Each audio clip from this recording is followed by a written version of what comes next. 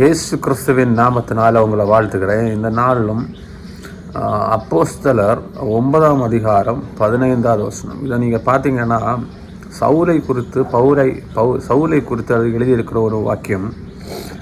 அதற்கு கர்த்தர், நீ போ, அவன் புறஜாதிகளுக்கும் ராஜாக்களுக்கும் இஸ்ரவேல் புத்திரருக்கும் என்னுடைய நாமத்தை அறிவிப்பதற்காக தெரிந்து கொள்ளப்பட்ட பாத்திரமாய் இருக்கிறான். நான் தெரிந்து கொள்ளப்பட்ட பாத்திரமாய் இருக்கிறான். அதில் அழகாக போட்டிருக்கு. அப்போ இந்த நாட்களில் தெரிந்து கொள்ளப்படுவதுன்னா என்ன, தெரிந்து கொள்ளப்பட்டவர்களுக்கு என்ன வேலை, ஏன் தெரிந்தெடுத்திருக்கிறாங்க, காரணம் என்ன, அப்படி ஒரு பாத்திரம், அது என்ன பாத்திரம். நான் அநேக நாட்கள் நம்மளும் ஜெபம் பண்ணிகிட்டு இருக்கிற நேரம் ஒன்றா சபையில் செய்தால் நிறைய இடத்துல நம்மளும் கேள்வி கேட்டுட்டு இருக்கிற ஒரு அனுபவமாக இருக்குது. எதற்காக தேவன் நம்மளை தேர்ந்தெடுத்திருக்கிறார், அவர் என்னை தேர்ந்தெடுத்து என்னை ஒரு பாத்திரமாக யூஸ் பண்ணுறதுக்கு காரணம் என்ன. பாத்திரம்னு சொல்ல நேரம் பல தரப்பட்டமான பாத்திரங்கள் இருக்குது. சில பாத்திரங்கள் செல்ஃபில் இருக்கும், சிலது டேபிளில் இருக்கும், சிலது வெளியே இருக்கும், சிலது சர்வ் பண்ண யூஸ் ஆகும், சிலது வேஸ்ட்டு போடுறது யூஸ் ஆகும். அநேக காரியத்துக்காக பாத்திரங்களை நம்ம வைத்திருப்போம். தேவன் தெரிந்தெடுக்கிற ஒரு பாத்திரமானது எப்படி இருக்கும்னா, நம்ம அதை கண்டிப்பாக யோசிக்கணும். அவர் தேர்ந்தெடுப்பது எல்லாமே நன்மையான காரியத்தை தான் தேர்ந்தெடுக்கிறார். நம்மளை உடைத்து போடுவதற்கோ வெளியே போடுவதற்காக அல்ல. அவர் தேர்ந்தெடுக்க ஒரு பாத்திரத்தை தேர்ந்தெடுக்கானா அவருக்கு யூஸாக இருக்கணும். யூஸ் இல்லாமல் அவர் ஒன்றுமே தேர்ந்தெடுக்க மாட்டார். இன்னும் ஆழமாக சொல்ல போனால், ரட்சிக்கப்பட்டு தேவனை அறிந்தவர்கள் எல்லாருமே தெரிந்தெடுக்கப்பட்டவர்கள் தான். இந்த சவுலை குறித்து இந்த வார்த்தை எப்போ தேவன் கொடுக்குறாருன்னா, எப்போது தேவன் சவுலுக்கும் தேவனுக்கும் ஒரு என்கவுண்டர் நடக்கோ, எப்போ தேவனுடைய சத்தத்தை கேட்டானோ, எப்போ தேவனுடைய வெளிச்சத்தை பார்த்தானோ, அன்னையிலிருந்து தேவன் அவனை தெரிந்தெடுத்த ஒரு பாத்திரமாக வைத்திருக்கிறார். இப்போ எல்லாரையும் முன்குறித்து வைத்திருக்கிறார். என்னையாக இருக்கட்டும், கேட்குற நீங்களாக இருக்கட்டும், எல்லாருக்கும் ஒரு பிளான் அவர் போட்டிருக்கார். அந்த பிளானுக்குள்ளாடி கொண்டு வர்றதுக்கு அவர் சில எக்ஸ்டென்ஷன் விட்டிருப்பார். இந்த நாட்களில் நம்மளும் அநேக நாட்கள் நம்ம அநேக காரியங்கள் தேவனை விட்டு தூரம் செல்கிறோம். அந்த சைடில் போகலாம், எங்கே போனாலும் தேவனை அறிந்திருக்கிறீங்களா? நீங்கள் இயேசு கிறிஸ்து தான் மெய்யான தேவன் உங்களுக்கு ஒரு மைண்டில் ஒரு கான்ஃபிடென்ட் இல்லை, சின்னதிலே உங்களை வளர்த்திருப்பாங்க. சண்டே கிளாஸ் இந்த மாதிரி விஷயத்துலையும், விபிஎஸ் இந்த மாதிரி விஷயத்துலையும் உங்களை வளர்த்திருப்பாங்க. அப்படி உங்களுக்கு தெரியுமா இருந்துச்சுன்னா ஒன்று சொல்ல முடியும், தேவன் உங்களை முன் குறித்திருக்கிறார்.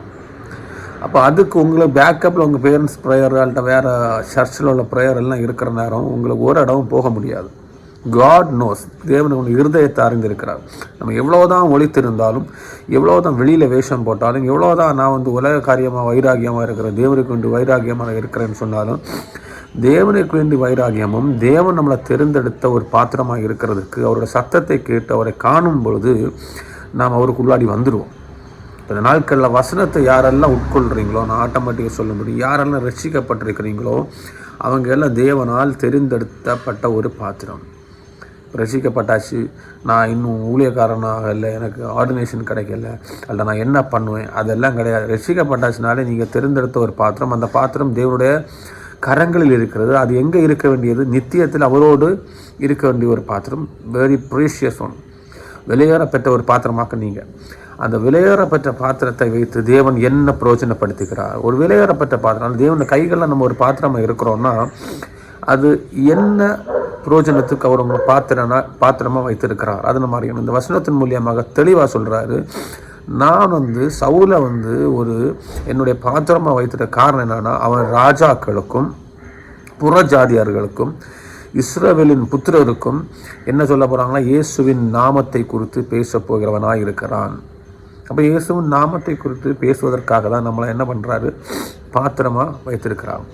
நீங்கள் பெற்றுக்கொண்ட ஒரு ரட்சிப்பை, நீங்கள் பெற்றுக்கொண்ட ஒரு தேவனோடு கொண்டிருந்த ஒரு ஐக்கியத்தை, நீங்கள் அறிந்த தேவனை அல்லது நீங்கள் அறிந்த தேவனுடைய நாமத்தை இன்னொரு ஆளுக்கு சொல்வதற்காக தான் உங்களை என்ன பண்ணியிருக்கிறாரு, இந்த நாட்களில் ரட்சிக்கப்படுத்தி பரிசுத்த ஆவியை கொடுத்து வைத்திருக்கிறார். அவ்வளோ ஒரு கனமான ஒரு பாத்திரம். நான் என்ன சொல்லுவேன்னா, யாரெல்லாம் இயேசு கிறிஸ்துவை அறிந்திருக்கிறீங்களோ அவங்க செய்கிற காரியம் எல்லாம் தேவன் முன்பாக பெரிய ஒரு கனத்துக்குரிய ஒரு காரியமாக இருக்கும். நீங்கள் செய்கிற ஒரு சின்ன காரியம் என்னென்னா, ஒரு வசனத்தை சொல்கிறீங்களா, இயேசுவின் நாமத்தை நிறுத்தி ஒரு ப்ரேயரை பண்ணுறீங்களா, ஒருவருக்கு வீட்டில் போயிருந்து இயேசுவின் நாமத்தை பேசிகிட்டு இருக்கிறீங்களா, அல்லட்டா இயேசுவின் நாமத்தை நீங்கள் இன்னொரு ஆளுக்கு எப்படி பறைசாட்டினாலும் நீங்கள் அவருக்கு பார்வைக்கு முன்பாக ஒரு கனமான பாத்திரமாக இருக்கிறீங்க. இந்த நாட்களில் நீங்கள் எல்லோரும் நினைக்கலாம், நம்ம வைத்து என்ன யூஸ் இருக்குது. நான் என்ன சொல்லுவேன்னா, உங்களை அவர் பாத்திரமாக வைத்திருக்கிறதே நீங்கள் அவருக்கு ரொம்ப முக்கியமான ஆளாக இருக்கிறீங்க. உங்களை அவர் பாத்திரமாக எடுத்து கையில் வைத்திருக்கிறாரா? எதுக்குன்னா, என்னோட மகன் என்னை குறித்து அநேக பேருக்கு சொல்லுவான், அதுக்கு எனக்கு சாட்சியாக இருப்பான். அந்த ஒரு கான்ஃபிடென்ட்டில் தான் உங்களுக்கு ரட்சிப்பை கொடுத்துருக்குறார். அந்த ரட்சிப்பை நம்ம நம்ம என்ன பண்ணக்கூடாது, அசட்டி பண்ணக்கூடாது. இந்த நாட்களில் இஸ்ரேல் ஜனங்களுக்கும் அவர் சொல்லியிருக்கிறார், இஸ்ரேல் புத்திரருக்கும் அவரோட நாமத்தை விளங்குவதற்கும், ராஜாக்களுக்கும், மேன்மையானவர்களுக்கும், இன்னும் புற ஜாதியார்களுக்கும் இயேசு நாமத்தை சொல்வதற்காக நம்மளை எல்லாம் அழைத்திருக்கிறார். இயேசுவை அறிந்தவர்களுக்கும் சொல்லுவதற்கு, இயேசுவை அறியாதவர்களுக்கு சுவிசேஷம் சொல்வதற்கு, இன்னும் சொல்ல போனால் மேன்மையான இடத்துல, உயர்ந்த இடத்துல இருக்கிற பெரிய பெரிய ஆளுகள்கிட்ட நீங்கள் சுவிசேஷம் சொல்லும்படியாக தான் உங்களை பாத்திரமாக வைத்திருக்கிறார். அது பல விதத்தில் இருக்கும். அந்த பாத்திரத்து டிசைன் வேறையாக இருக்கும். ஆனால் கான்செப்ட் ஒன்று தான். ரட்சிப்பை எடுத்து, இயேசுவின் நாமத்தை எடுத்து புறஜாதியர்களுக்கும் உயர்ந்தவர்களுக்கும், இன்னும் சொல்ல போனால் நெக்ஸ்ட்டு இயேசு கிறிஸ்துவை அறிந்தவர்களுக்கும் சொல்லத்தக்க வண்ணமாக உங்களை சவுலாக இருக்கிற நாம பவுலாக அவர் மாற்றி வைத்திருக்கிறார். இதுக்கு அடுத்தது எனக்கு அடுத்த வசனம் 16 வசனம் என்ன சொன்ன, அவன் என்னுடைய நாமத்தின் நிமித்தம் எவ்வளவாய் பாடுபட வேண்டும் என்று நான் அவனுக்கு காண்பிப்பேன்.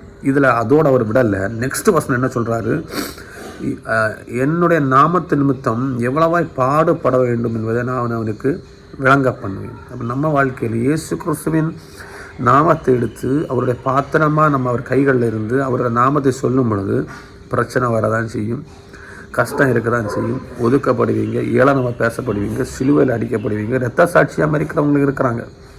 இந்த நாட்டில் சொசைட்டி மத்தியில் நம்மளை ஒதுக்குவாங்க. இதெல்லாம் எதுக்கு அறிவுறீங்கன்னா, இப்படியெல்லாம் உங்கள் வாழ்க்கையில் நடக்குது. இயேசு கிறிஸ்துவின் நாமத்தை நீங்கள் சொல்கிறனால நடக்குன்னா நான் ஓப்பனாக சொல்ல முடியும், நீங்கள் அவங்க கையில் பாத்திரமாக இருக்கிறீங்க, கனமுள்ள ஒரு பாத்திரமாக இருக்கிறீங்க. அப்படி நம்ம வாழ்க்கையில் நடக்கலைன்னா இன்னும் அவருடைய கனத்துக்குரிய பாத்திரமாய் மாறவில்லைன்னு தான் அர்த்தம். அவர் நமக்கு தெரிவிப்பார். இயேசு கிறிஸ்துவின் நாமத்தை வெளியில் சொல்லும்போது எவ்வளோ கஷ்டம் இருக்குன்னு உள்ளதை நம்ம சொல்லி பார்க்குறவங்களுக்கு தான் தெரியும், வெளியிருந்து பார்க்குறவங்களுக்கு தெரியாது. அதை தேவன் சவுலுக்கு வெளிப்படுத்தினது போல ரட்சிக்கப்பட்ட நமக்கும் கிறிஸ்டியானிட்டி எவ்வளவு கஷ்டமுள்ள ஒரு காரியம்னு அவர் தேவன் சொல்லி கொடுப்பார்.